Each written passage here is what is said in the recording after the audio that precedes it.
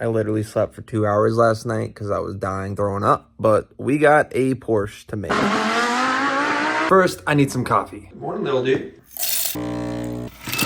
Oops, now we trade. So if you're in the Discord this morning, you would have seen me make this call of an ETH position for a long, where our entry point was 24.19, a scalp trade with a target of 24.37. We found that by using FOMO.io. We were looking at the liquidations, which we bounced off of, and we were more than likely going to come up and approach that bright yellow line. We also saw a bullish divergence, which simply means as the price goes down, the indication goes up, which means you're more than likely going to see a snap. And that's exactly what we saw. So as soon as we saw the MACD here starting to roll over and that RSI, we entered that position. Now it's starting to shift a little bit earlier. This wasn't so even with the red side being higher than the green side. But what we're looking for is to see 24.49 wipe out these liquidations and now look to potentially play the downside. So we made the trade. We're now up 11% and up $214 for the day, which actually puts us at 20% completion of the challenge of $1,000 to $10,000. Only 220K to go for the Porsche. Adjusting my stop loss now to profits at 4.16%. Adding our take profit. And now it's time to catch up on our news. It looks like JP Morgan is launching a USD-backed deposit token on Base, which might be incredibly bullish for Aerodrome. Which, by the way, that hourly chart on Aerodrome looks insanely sexy. Might be a good trade. I'm getting hungry, so I'm gonna watch some food videos. Name the country in the comments you think that was in. Looks like the SPX just hit all-time highs. When alt season. Perfect timing. Let's see what Benjamin Cowan has to say about alt season. I'm in the camp of why not just rip the Band-Aid off if we can and see all Bitcoin pairs go to the range lows by September. In summary, altcoins could drop another 30%. Amazing news is the U.S. House has passed the Deploying American Blockchains Act of 2025, which will specifically force the United States to not only deploy and use blockchain, but promote other distributed ledger technology. Oh my God, oh my God, oh my God, oh my God, oh my God. The flip of the switch is happening. Do you guys actually think the government's going to use XRP? Now it's time for a live Discord update. Why does this music go so hard?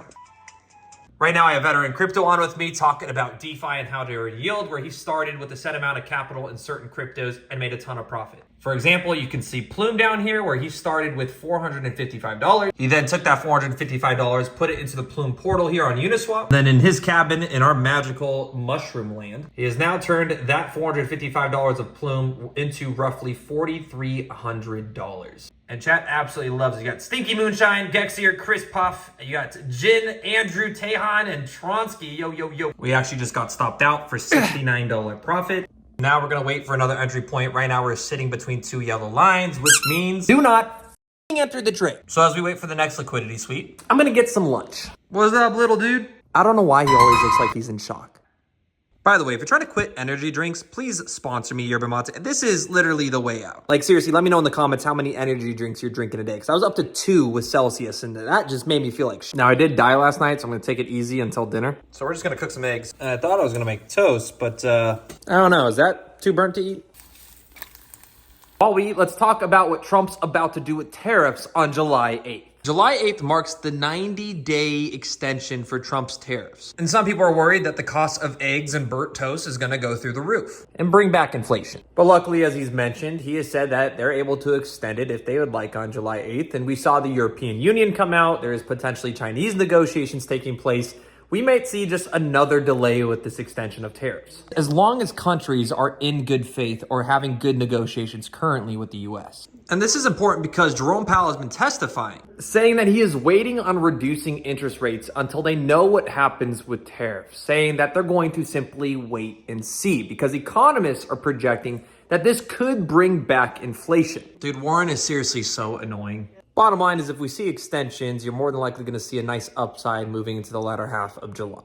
Looks like we're about to see the next trade play out. What we're actually going to do is set a a limit buy here at about 23.77. I want to see the market makers wipe out all of these long positions or take out at least all this liquidity from this first initial level. Again, this is also going to act as pretty significant support. As you can see, it used to be an area of resistance. We broke through it, turned it into support, and we had that change of character. Didn't it come all the way down here when we made this perfect trade last night? We're going to try to grab it just again here as we get ready for the rest of the day. Include our stop loss and open our position. And boom, we've almost seen a full liquidation sweep. Now, ideally what I'm watching for on the 5-minute is going to be a sweep of this low at 23.82 or so. If we see that in the next few moments, all our indicators are oversold. More than likely, we'll watch Bitcoin jump off its support here at about 106,360 and hopefully fill our order for a near perfect entry. And once again, we're back in the Discord for stream number 2 today. This thunderstorm has knocked out my Wi-Fi for the last couple hours. And we missed our ETH entry by literally $10, which means today we're gonna have to close out for $69. Now checking back in on FOMO as the Wi-Fi comes back up, we are stuck between, again, 2 major areas. So before we enter another trade, we're going to want to see a liquidation sweep. Moving into the weekend, the volume is going to be low, but you do have some exciting news like Donald Trump coming out just hours ago asking and saying that Jerome Powell should resign. Let me know in the comments if you agree.